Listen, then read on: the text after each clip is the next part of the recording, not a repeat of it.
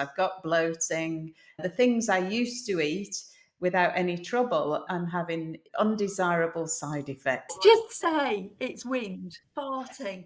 There's a lot of build up, and yes, it can be dietary related, but also hormonal, we know, will cause some of that bloating as well. So there is a lot of women that are suffering, and actually 2/3 of the people with IBS will be female. Latest research is saying that there are more women in postmenopause that are getting IBS for the first time. How does psychotherapy help? Finding out what is your triggers, and it might be a combination of different ones. Most people, they've had IBS for 7 years before they actually start looking at other options other than diet. Stress reduction is the biggest thing that you can do for yourself. Whether you're dealing with menopause-related symptoms or looking to improve your overall health, this podcast has something for everyone. Hit the subscribe now button and never miss an episode. Let's embark on this journey together to thrive through menopause and beyond. Welcome to Moving Through Menopause. I'm Phillipa, and today I'm joined by Tina Wright. Tina's a cognitive behavioural psychotherapist, a mindfulness teacher, and she's a chronic pain specialist. I've really been looking forward to this conversation with Tina because she specialises in treating women who are struggling with Irritable Bowel Syndrome, IBS for short. And what Tina doesn't know is that this is something that I've got lifelong experience of struggling with myself. So I'm really excited to pick her brains on your behalf. So thank you so much, Tina, for coming along and chatting with me for the podcast. I'm looking forward to sharing your expertise with our audience. And so, you know what? The thing that occurs to me is that many women over 40 are navigating both IBS and perimenopause or menopause. So I can't help thinking there must be some connection. What do you say? Oh, thank you for having me, first of all, Philippa. It's lovely to be here. Yeah, I actually see it as a triple threat. Oh, okay. Yeah, I'm sorry to disappoint, but there's also a third element that is common in both IBS and in menopause, and that's anxiety. Oh, okay. They all influence each other. So yeah, it's about enough time of life as it is. We have so many other things to contend with, but this is really where the mind and the body start to feel as if they're working against us. Yeah, this is true. So the connection for me, as far as I understand it, is to do with estrogen levels plummeting Mm. slightly and the influence on the gut. So, am I right in thinking that? Yeah, it's definitely a huge influence. Estrogen and progesterone. We have fluctuations through the perimenopause period that are going to cause fluctuations in our gut motility. you Oh, know, they both have a big influence. As they drop, both of them drop, we're likely to get more constipation. So there's that side of things. But with the drop in estrogen, we also get more anxiety, which means more cortisol and more adrenaline, and we're likely to get more diarrhea. So it's sort of, there's so many elements to this that whilst we're in perimenopause and things are up and down, we can go, it's because my hormones are all out, my gut's going to be all out.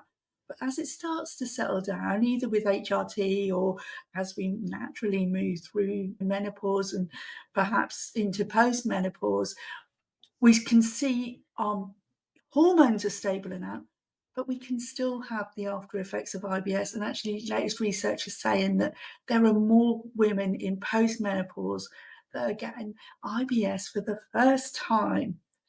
And throughout menopause is a prime time to actually have IBS for the first time. So, yeah, lots of different elements to it. And I think that's what makes it fascinating for me, but so complex for anybody working through it.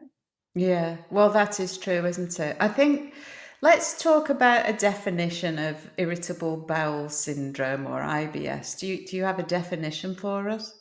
So there are some prime symptoms, and most things that we go to the GP with physical symptoms or emotional symptoms. So with IBS, it's the physical ones that we notice first. And that's that change in bowel motility, so either diarrhea or constipation or a mix of the two and fluctuating. There's abdominal pain. There's often cramp, griping pains in the stomach as well. Bloating can be a big aspect of a lot of people's IBS, and especially for menopausal women, we get additional bloating because of the hormones that we've spoken about.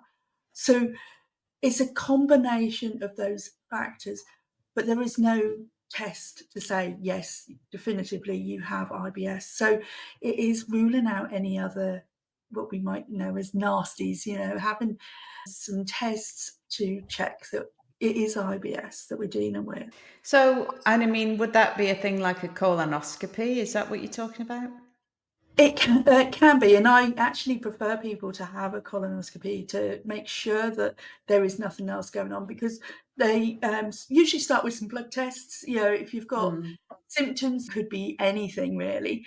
Like our gut is a big influence in so many conditions and disorders. So blood tests will help rule out or rule in any of the major things such as cancers and autoimmune conditions such as IBD, which is inflammatory bowel disease, Oh, yeah. which is different to IBS Yes, yeah. because it is an autoimmune condition, and so it's very much related to the immune system. And Yeah. that does require a different as in it needs a medical input as well. So colonoscopy is definitely advisable just to make sure to see if any of those things are going on for us, because you have so many of the same symptoms. That's interesting. I jumped straight to colonoscopy. I missed out the blood tests. Yeah, and a lot of GPs might do now a feces test as well, Oh, take a right. stool Okay. sample Yeah, yeah, yeah. nowadays, which is what wasn't available back in the day when I was diagnosed. But now they can do a fit test on stool samples, which is an FIT, which looks at certain chemicals in your poo, basically. They only Mm. need a little tiny bit, and it's quite easy to collect if anybody does sort of go, "Ooh." Yeah, they make it as easy as possible, but they can now check for cancer from that as well. So Mm. rectal, colon cancers, they can check from your poo sample, so you don't always then have to go on for a colonoscopy. But yeah, I still think that having a good look inside will help to eliminate any cancers. It will tell us if there's any IBD, Crohn's disease, ulcerative colitis, or Mm. microscopic colitis. Oh, okay. Microscopic colitis. That's it. Interesting. You said it a lot better than me. Can't get my words out today. The bowels, it's not something we talk about a lot in polite conversation, is it? But In so any many people, conversation. well, in any conversation, polite or not, but so many people and women in particular, in my experience, are kind of experiencing symptoms that they just kind of go, oh, yes, it's, I feel like this, I've got bloating. The things I used to eat without any trouble, I'm finding that I'm having undesirable side effects. We'll call it that. Yes. I mean, you Let, mentioned let, the bloat. let's just say it's wind, it's gas, farting. There's a lot of build up, and yes, it can be dietary related, but Mm, also hormonal, we know mm. will cause some of that bloating as well. So, yeah, there is a lot of women that are suffering, and actually, 2/3 of the people with IBS will be female Oh, or is that right? female designed at birth. Yeah. Oh, okay. Yeah. So two-thirds. And my experience of traveling this journey of having what I always call irritable insides. Hmm. I was diagnosed when I was young, in my 20s with irritable bowel syndrome, and they gave me tablets, antispasmodic medications. Yes. That's what I was given. And to be honest, I did make dietary changes that ultimately meant that I didn't really experience symptoms until menopause, perimenopause, and my insides were playing me like a fiddle. Is Mm. what happened there. So I kind of always have been somebody to use lifestyle medicine. So the things that you eat, the movements that you make, the thoughts that you think, all of this recipe, this cocktail that I call lifestyle medicine to treat myself and my family members. And so it was, since I felt that the symptoms were related to certain foods that I was eating, then I decided that I wouldn't have those foods. And so I embarked on a journey of being gluten free. And I'm sure you've heard this story hundreds of times. She's raising her eyebrows, everybody. It is common, yeah. Yeah, carry on. Sorry. So, I found myself in a situation where you get to a point where it just seems like everything that you eat irritates you. And that what's the solution to that? That can be really frustrating and disappointing to say. And then, of course, we're missing out potentially on essential nutrients. The FODMAP diet comes to mind, where we start to eliminate, all the different FODMAPs, Mhm. fructose. I know some of them, oligosaccharides, monosaccharides, FOD. I forgot disaccharides, monosaccharides. What's People are put on the low FODMAP diet, and mm, it is recommended. However, there isn't that much research, to be honest, oh, to say that it does work for most people. It works for some. However, I'm not going to say don't try it if you want to, but in my experience and from a lot of the people that I've worked with, the same situation as what you've just described, we think that it's helping, so we carry on. We carry on eliminating all those foods, which you're right. Again, loads of people then end up in a nutritional deficiency. Certain vitamins and mainly fiber is cut out by cutting out all these FODMAP foods, the high yeah. FODMAP foods, or reducing them to nothing. And I did it. I'm as guilty as anybody else. I was told to cut them all out. I was told to reduce my fiber. Stay clear of all green vegetables. It's like broccoli and cabbage became like, oh no, stay away. Mm. Onions, garlic. I was Oh, told to avoid the lot, and wheats and brands and everything. I'd had IBS D. Now, D short for diarrhea. So mine was oh. mainly diarrhea based. I ended up being constipated Yeah. because I had no fiber in my diet. But I then went back to the doctors and was given a laxative. So I was Oh, then taking a daily laxative for years, no. cutting out all this fibre and trying to manage the IBS that way. Now, in my mind, that's not always great because you can imagine having constipation. I mean, you might not need to imagine, constipation is rough, it's hard, Mm, it's mm. your stomach is bloated a lot of the time. There is a lot more gas when you have constipation, and you just feel sluggish, a lot more headaches. So I just felt very shortchanged, I suppose, by the medical profession because all they could offer were these medications. Take this Mm. one for this symptom. Oh, now you're constipated. Here's a laxative that you can take if you need that. So I had this box of tricks in my cupboard that I'd go, now, which one do I need today? You're adding all these extra chemicals into the body that I wondered if you actually do need.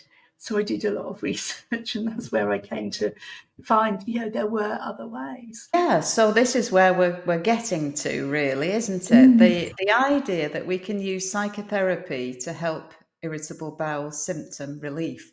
And you know, this can be a hard sell sometimes. The idea that the things that are going on in our tummies have got anything to do with what goes on in our heads. This is something that I experience, as a physiotherapist, because dealing with people in chronic pain, there is this central nervous system contribution that we understand exists. And still, it is difficult to get people on board with that idea. Well, we've all been told right from birth in the UK and most of Western society that the mind and the body are two separate things. Our Mm, mm, whole medical system is set up on that premise. We have general hospitals for physical health, and we have mental health hospitals for emotional health. Yeah, true. We're not taught anything about our mental health right through school. We've been brought up by people who have learned that. And so our parents will have said, every time you had a tummy ache, what have you eaten? And yet Yeah. we know from our own experiences, we know that we can go red in the face when we're embarrassed. We know that if we imagine eating a lemon, it feels like we're eating a lemon because our mouth starts, even now just saying it, Yeah, I yeah, can feel my watery. saliva glands start working. So we know that there's a strong connection between the brain and the body, and emotions and the body, and our thoughts and the body, but we've not been taught how to tap into that on a one-to-one basis throughout our life. And that's sad, because we're all suffering. That's very true. That I do find this a little bit difficult to get my head around. I know there's a connection, okay, I get that. Mhm. But if I said to you, I eat an apple in the evening, after dinner, we're maybe sitting watching Mhm. TV, I chop up an apple, I eat an apple, I go to bed, and then in the night, my tummy blows up like a balloon and I wake up with abdominal pain. And I think, I don't understand how this is in my mind. Help Okay. me out there, will you? All right. So how long does it take for that apple to get into your gut? Oh, I don't know. How long? Half an hour? No. It's between Oh, is it? 24 and 48 hours for something to pass from your mouth into your large intestine. It only takes about 4 hours in the tummy area, but Mm. then the whole journey takes so much longer than we imagine. Mm. So I often think, why do we feel like we need the loo straight after eating? There's people that do that, don't they? Now, that's a It's, gastrocolonic reflex because it's not acting on the food that we've just eaten, it's acting on food that was there previously. yeah, that's So the true. brain is saying to the gut, get ready, we've got food coming. And it starts working already when there's already food in the gut, and we might feel like needing the loo. Whereas when we go to bed after having something to eat that maybe we think has affected us, when we have any form of thought, and our thoughts are in three levels, they're not just our cognitive, conscious aware thoughts. We have thoughts that underlie those that are subconscious. We can dig down and find them. And then there's even deeper ones like core beliefs that we perhaps aren't aware of, but we become aware of through something like therapy. Mm. So we can have these other levels of thought working on symptoms and systems in the body.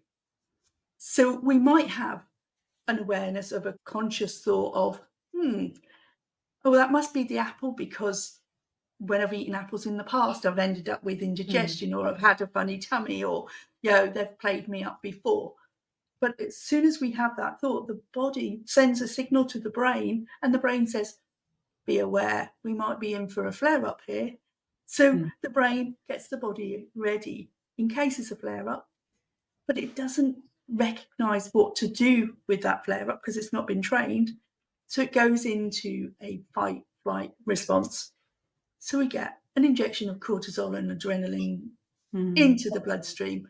And you'll know from your chronic pain studies, both of those chemicals will cause muscles to contract.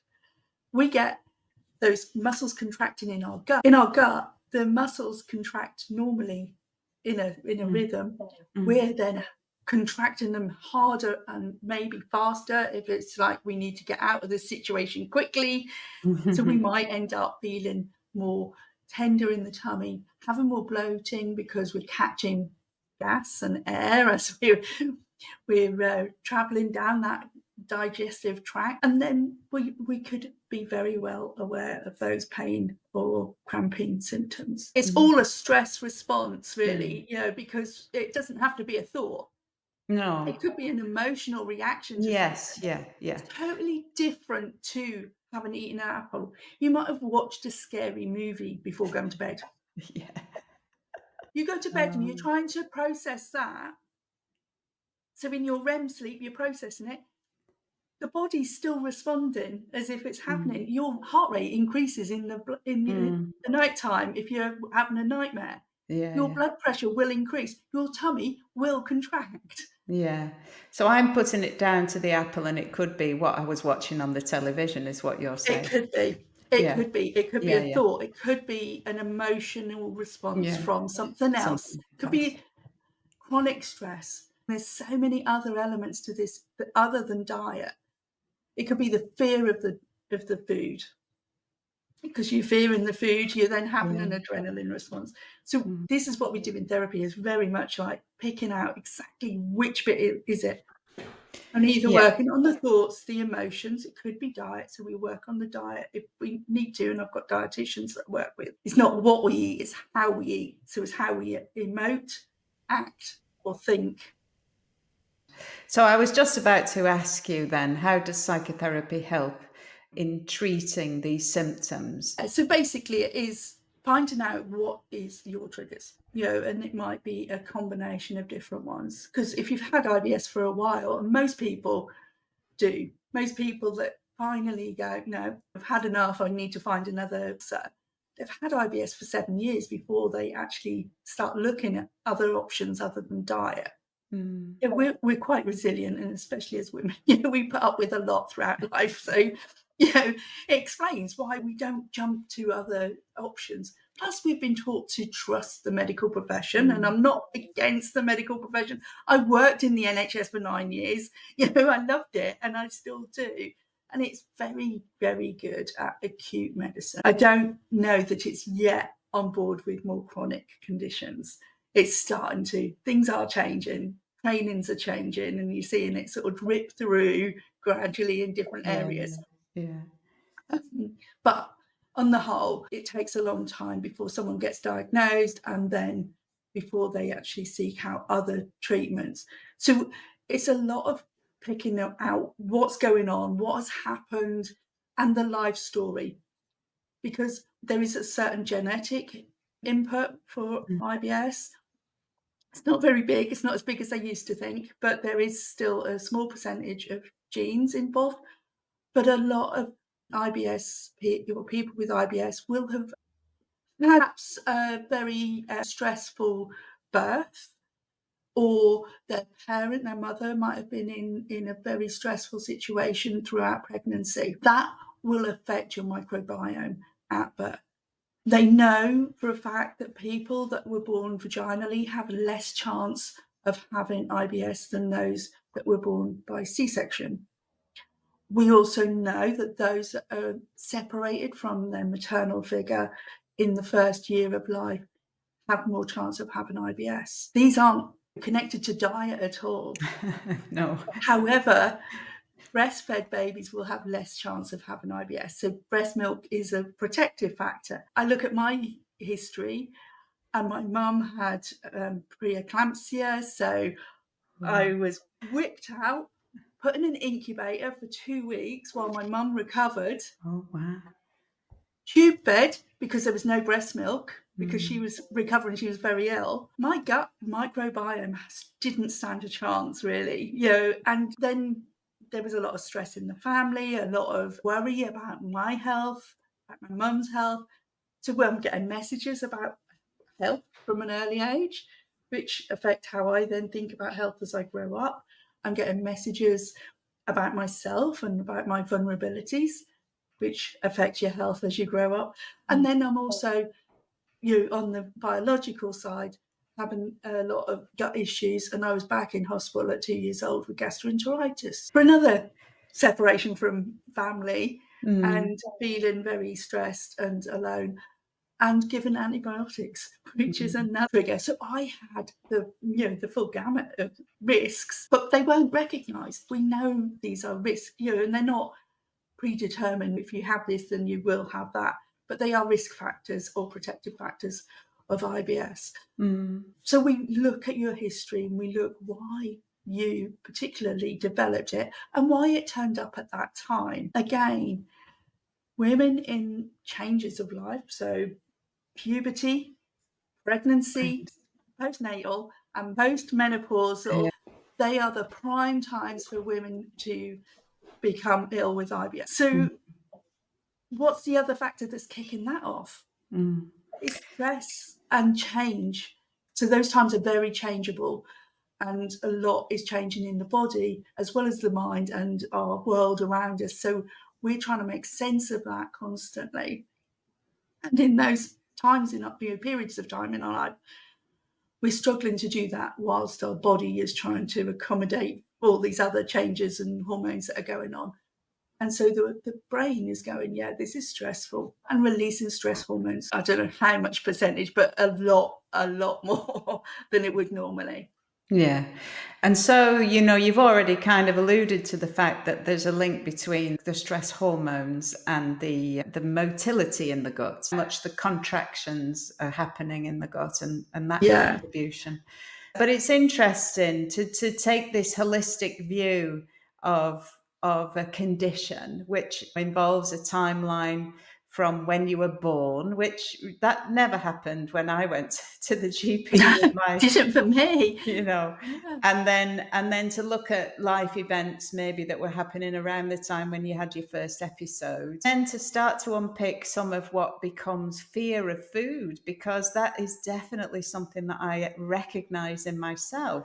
The idea that food becomes frightening because of the symptoms. Now, I'm a Pilates and a yoga teacher as well as a physio. I teach classes in the evenings, and on those days, it really is a vicious cycle, because I know that I'm thinking and worrying about the kinds of foods that I can eat on those days, knowing that I don't want to be flatulent in front of my classes, because that's just mortifying, isn't it, for That's anybody?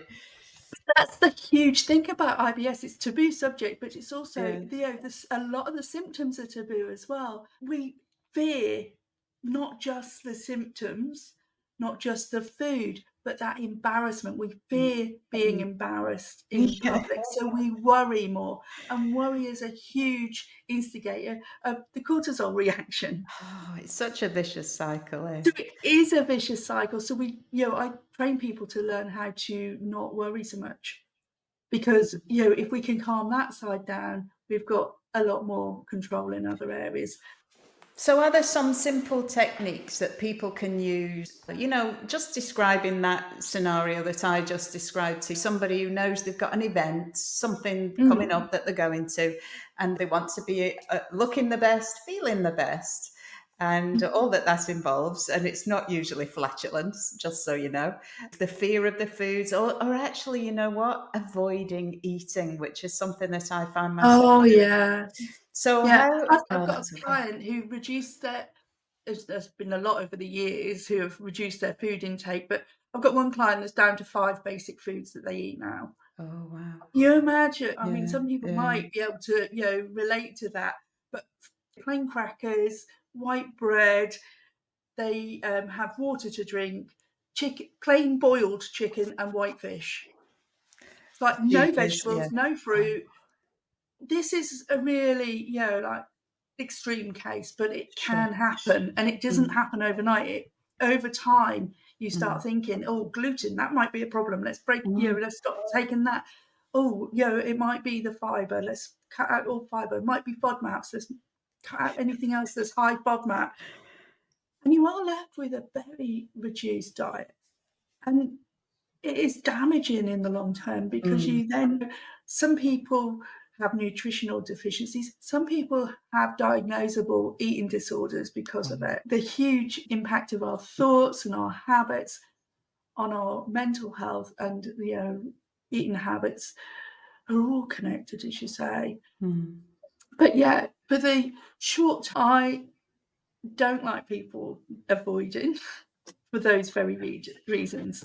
yeah. So I get it though. If you do have safe foods and you need to go out, it's better to have something in your tummy than nothing. Ill and often, and mindfully eating, Mm, not eating on the go, not having the mm. apple in the car on the way to the Pilates class, Yeah, that sort yeah. of thing. We all do it at times, and it's necessity in our lives sometimes. Just making time to sit and be mindful as you eat, to take each mouthful, taste it.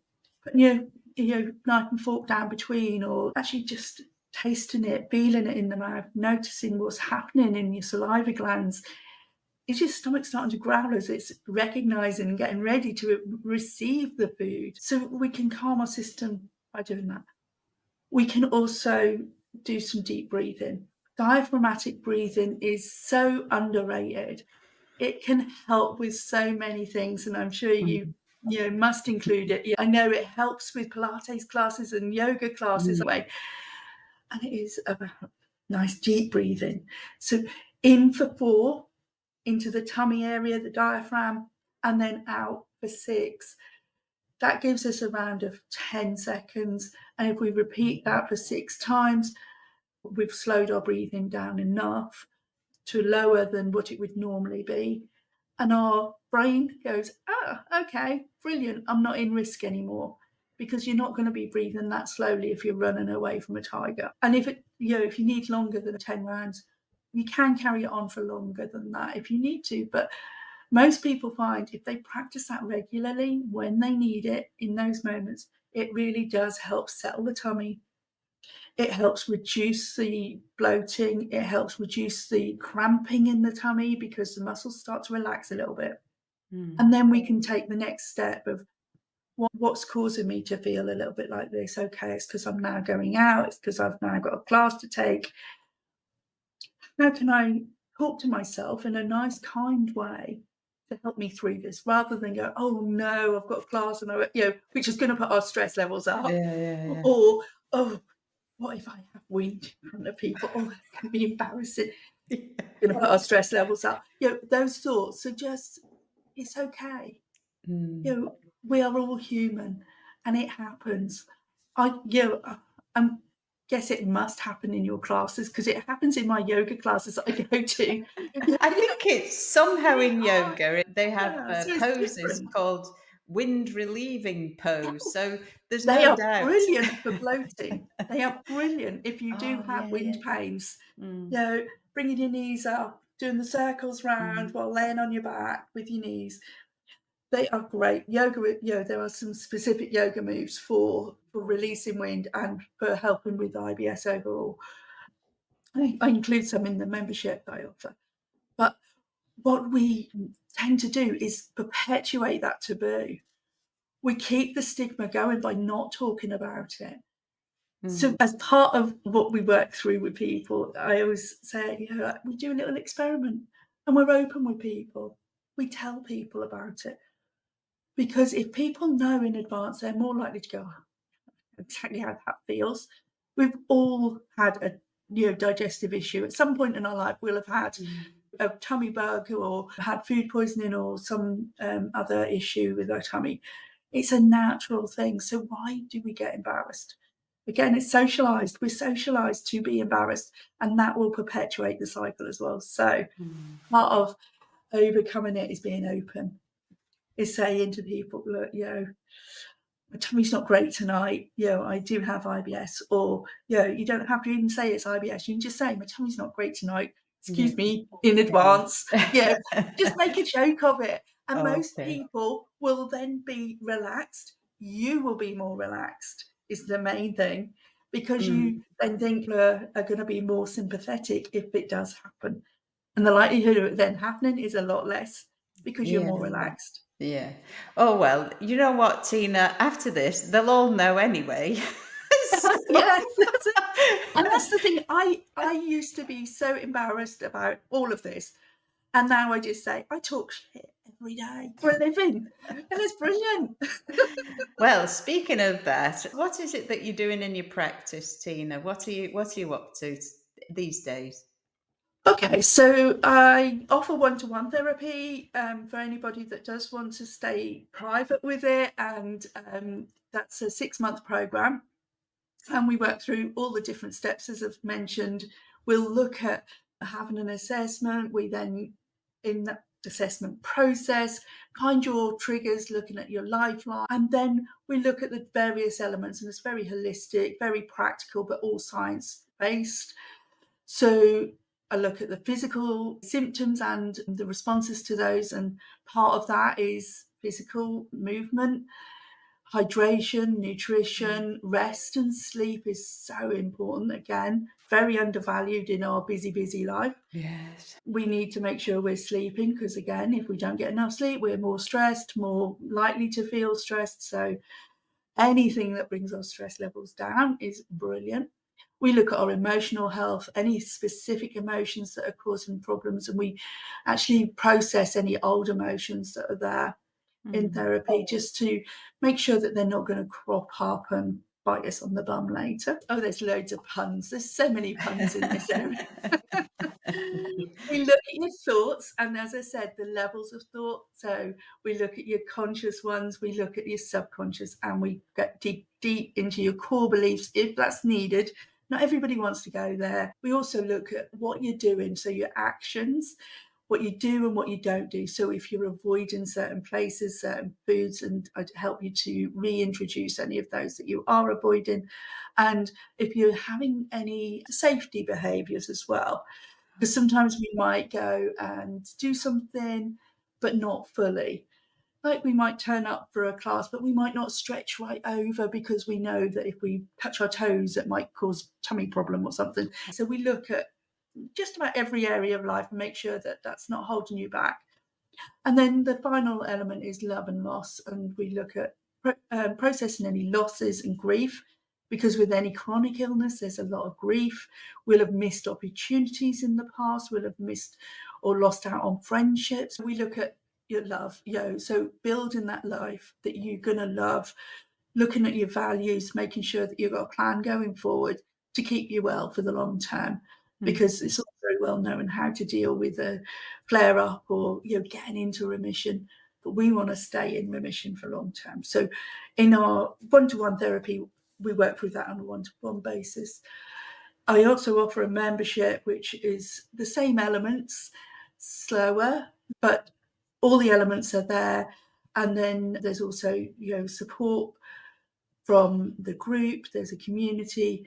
I'm always available for questions at a monthly coaching call. I also offer some classes, some one-off webinars and things like that as well. So I cover a lot of different bases, but I think we're all different. We're all unique, so we all need different answers. This is true. Well, thank you so much for coming along and unpicking this topic of irritable bowel syndrome, and I think, and the connection with this mind body peace, anxiety, and the fact that this is a circle and we've got to start somewhere, haven't we? And we want to spiral up. We want to turn the tide and get the spiral going the other way. And, this sounds amazing, the stuff that you're doing to help people. So thank you so much for sharing your experience and expertise with me today. So check out the links in the show notes and you'll find Tina in there. Thank you again for listening. And please do share this with a friend, because we're just trying to get the word out that menopause doesn't have to be the end of things. It could be a very wonderful new beginning, couldn't it, Tina? Oh, definitely. You can begin at any time. And a lot of that stress stuff that I teach is really good. Stress reduction is the biggest thing that you can do for yourself. Yeah, well, I echo that emotion. So on that note, we're going to go and put our feet up and chillax, as my son would say. Thanks again, Tina. It's wonderful to have met you. We'll say bye for now. Yeah, more than welcome. Thanks, Phillipa, and take care, everybody.